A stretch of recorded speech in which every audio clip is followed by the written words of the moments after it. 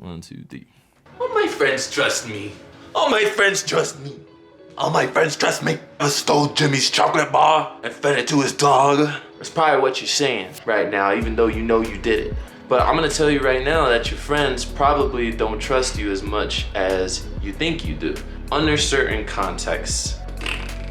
Brain fart. What I'm talking about today is something that I think is true, and I only thought it was true after doing a little bit of thought experiment with myself, and I'm gonna share this with you today. But I want y'all to think about this, see if it's true in your life, see why it's probably not such a bad thing, but it is something that does need to be circumvented and worked around, especially if you're in any sort of sales business, whether your friends need to trust you in order to do something other than come over and drink a beer every once in a while. The premise of this concept is our brains need to compartmentalize information into easily digestible chunks, because otherwise everything we perceive in our environment would be perceived as novel. And so we would be walking around just like, you think about a fork. A fork is a tool for eating. It makes it so that you can easily manipulate food. You could not have to get so dirty instead of using your hands. It could be used as a weapon in the right context. But if every time you saw a fork and you're just like, this thing could manipulate my environment in such a way that would prevent, you would go crazy. You'd never be able to get anything done, ever. That's why our brains use something called the default mode network, which basically just allows us to filter out all the things that we know is normal and allows us to focus on the things that are not normal. For example, if I'm sitting here enjoying a cup of coffee and I'm just here, drinking a cup of coffee, but if I'm caught up analyzing it, you're like, coffee is, 100% Arabica, Hawaiian, hazelnut flavor. That's insane. This is a can, this shit is crazy. And then all of a sudden, Gal Gadot walks in to the room holding a gun with no top on. She's like, we're either gonna mate or you're gonna die. Like, what are you gonna do? Should you focus on the coffee, or should you focus maybe on Gal Gadot who's gonna blow your brains out? Think about that for a second. Mate or die, you fucking idiot. And 1984 was a fucking masterpiece. You get the point. If you want to read more about the default mode network, you should check out this book called How to Change Your Mind by Michael Pollan. And it's about his psychedelic experiences, and it talks a lot about the default mode network and what it means and how psychedelics can change that. But that's not what this video is about. I'm not really going to go too much into that. But what I am going to talk about is how that default mode network also applies to people in your life and vice versa. If you think of someone as a holistic human being, you're gonna know their flaws, you're gonna know maybe their weaknesses. Jimmy likes to scratch his butt on the weekends. That's probably why I stole that chocolate bar and gave it to his dog. All my friends trust me. By doing that, it's easier to, I guess you get like a bigger picture on who somebody is, as opposed to somebody that you trust to pilot a plane, a cargo plane or a passenger plane when you're in it. If you knew the guy personally, it might be a little bit of a harder pill to swallow. Even if you trust him implicitly, just because you know him as a person, and human beings were flawed. It doesn't necessarily mean that individual is doing anything wrong, but we like to put people in these boxes where it's like, oh yeah, this guy, he's just a lawyer. He's just 24 hours, I'm a lawyer, doing lawyer stuff. Think about it when you were a kid, your teacher. I know, at least for me, I just thought that my teacher that's just all they did. Like, they literally got home and then they had like a blackboard and they're like, fucking boo.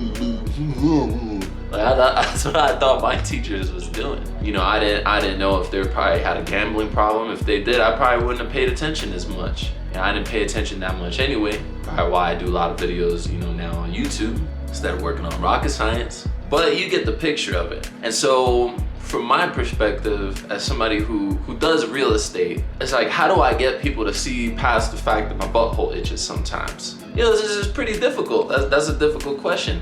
And it's the reason why a lot of people would actually prefer to go with someone that they don't know at all, even more than somebody that they trust. And that's a weird thing. It's like, why would you want to go for the unknown quantity and not go for somebody who you know has always been, you know, has integrity or anything like that? And by the way, I'm not making this video because somebody burned me or anything. But what I'm saying is that the reason why people are more comfortable doing that is because they feel as though they're getting someone who's like an automaton. Like, this person just does X, Y, and Z. You know, I have a couple of friends who are pilots and who have their pilot license. But if you were to tell me like, oh man, you should go on a plane with them and they're gonna pilot the place. For me, just because I know about what I'm telling you now, I'd be more open to it. But if you had asked me before I started thinking about this stuff, I would have felt more uneasy about it, just because I know that person. I know those people on more of a level. I've seen them drunk on the weekends. I've seen them cry. I've seen them jump for joy. And because they have all these human emotions, I put them in the compartmentalized box of human being. And you can't be a human being and be a pilot. You know, that's like two completely different things. Or at least that's what I thought, you know, before that. You know, how do we fix this? How do we fix this problem? It's very difficult to go from being a complete, you know, holistic human being with their flaws and everything, and then being somebody who is trusted to pull out somebody's teeth. And I've been having to think about this a lot as well. And well, you know, I haven't come up with the greatest answer in the world. I'm pretty sure there are a lot of people who have a lot better ideas as to how to go about kind of solving this. But from my perspective anyway, you need to provide, I guess, like a social proof. And how you develop that social proof is you need to show that you can do whatever your trade is with people maybe that they don't know. Which, by the way, that the people that you don't know that you're targeting for your business and then you start working with, they view you as that automaton and that robot that just does that one thing. And so you could kind of leverage that in a way too. But your friends, your family, they need to see some sort of validation from the outside world that what you're doing works. Otherwise, it's a hard pill for people to swallow, to tell them like, oh yeah, now this guy's gonna help you sell your house. It's like, really? I saw this guy pass out in the parking lot, you know, last year. Now you're gonna tell me he's gonna sell my house for me? I'm probably gonna lose money. And that's actually another thing too. And now I feel like I'm just kind of rambling. But that just kind of got me on a little bit of a topic that maybe I might go into more detail later. But a lot of people, especially in the sales business, they're gonna lie to people. Maybe not necessarily lie, but they'll tell people who are possibly thinking about working with friends, they'll capitalize on what I just said. They'll be like, oh, you sure you wanna go with Jimmy Joe? You know, he's your buddy. Isn't it gonna be awkward if you see him again and maybe things don't work out? Can you really trust your friend? To me, that's, you know, snake behavior. I know all of the cliche, I know all of the, the scripts getting to pull people away from people that they know and love. And so I've seen it all, and I've seen all sorts of weird little lies that people throw in. But basically for you the viewer who want to gain the trust of your friends for you to do, you know, whatever business it is that you do. And believe me, your friend network, that's the main place you need to go to, especially when you're starting your business.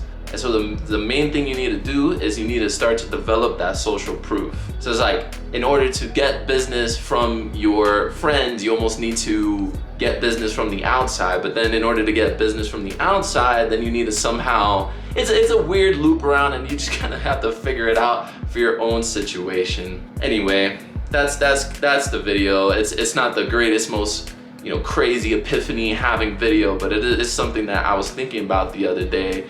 And I remember reading that book, How to Change Your Mind by Michael Pollan, and made me put two and two together. Yeah, that's about it. Espino Realty out. Watch out for Gal Gadot.